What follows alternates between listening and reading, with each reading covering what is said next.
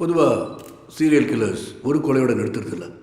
அவன் முதல் கொலை தான் அடுத்த கொலையை செய்ய வைக்குது, அதுக்கு அடுத்த கொலை தான் மூணாவது கொலையை செய்ய வைக்குது. இப்படி தொடர்ந்து அவன் கொலை செஞ்சிட்ருக்க தன்னோட மனநிலை மாறி அவன் மனுஷத்தன்மை இழக்கிறான். அவங்க மேலே பரிதாபப்பட்டு அவங்கள பற்றி இந்த புத்தகத்தை எழுதணும்னு எனக்கு தோணலை. உங்கள் புக்கு சீரியல் கில்லர்ஸ் எல்லாம் இழிவுபடுத்துகிற மாதிரி அவங்களை கோவப்படுத்துகிற மாதிரி இருக்கே சார். சீரியல் கில்லர் சங்கத்துக்கு நான் மன்னிப்பு கேட்டுக்கிறேன். சார், உங்கள் உடல்நிலை இன்னும் முழுமையாக குணமடையல. உங்கள் டாக்டர் வேறு வந்திருக்காங்க. ஸோ இந்த நிலைமையில் இவ்வளோ அவசரமாக இந்த புக் லான்ச் பண்ண ஏதாவது காரணம் இருக்கா சார்? யார் சொன்னா? நான் நல்லா தான் இருக்கேன். நான் சிதம்பரம் நெடுமாறனை தான் இங்கே வந்திருக்கேன்.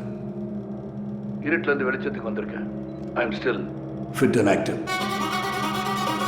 உங்கள் புக்கில் இந்த கடைசி சாப்டர் ஸ்மைல் மேன் ஏன் இங்கே எம்டியாக இருக்குது? அந்த ஸ்மைல் மேன் கொலைகாரனை கூட உங்கள் அதிகாரி வெங்கடேஷ் சுட்டு கொண்டுட்டாரு.